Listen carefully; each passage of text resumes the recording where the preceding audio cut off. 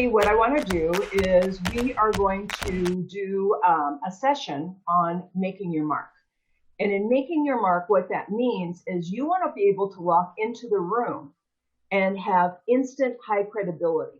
High credibility means that people are attracted to you and they are curious about what you have to say. So on the left-hand side of your chart that you're just creating, you're going to write high credibility at the top of the page.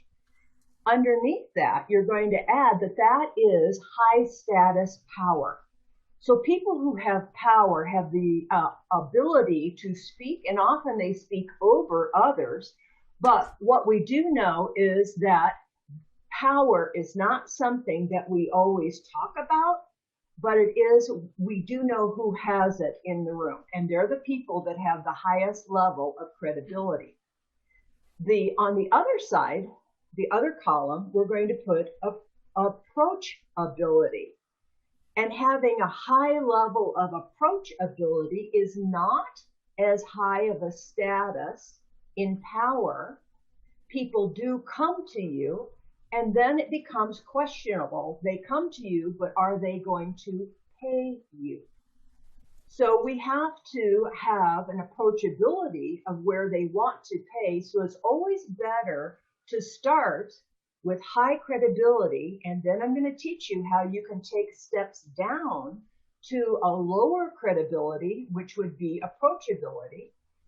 So when we go back and look at the left-hand side, what high credibility is, it's almost like a push. You are giving people that little push that says, pay attention to me. With the approachability, it's come on over here. Here I am for you. So it's a pull. So one's a push and one's a pull. When we look at a model, so that's the first thing you're going to write on your left-hand side of your margin.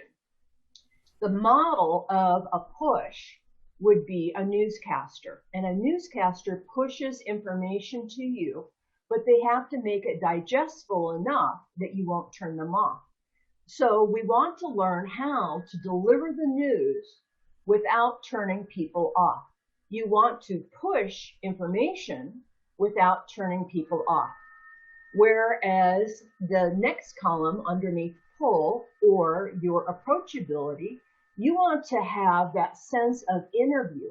And that's when you're typically going to tip your head. You're going to possibly lean in and talk to someone. I'm going to tip that just a little bit.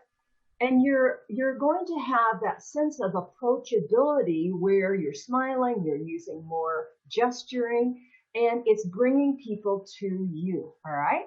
So when I want high credibility, I'm going to have a certain look, which is going to be like a newscaster. They don't use their hands when you're a newscaster. This would be distracting from my mouth.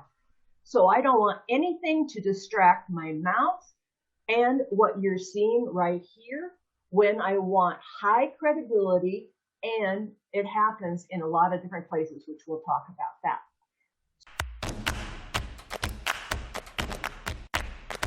When I want the high credibility, my body, if I'm standing or sitting, needs to be at attention. And if you know the military, that means that they're standing very square shoulder, eyes to the camera. And if I had a plate, which I don't have, but if I had a book, I would be able to put that on my head flat and keep it on my head.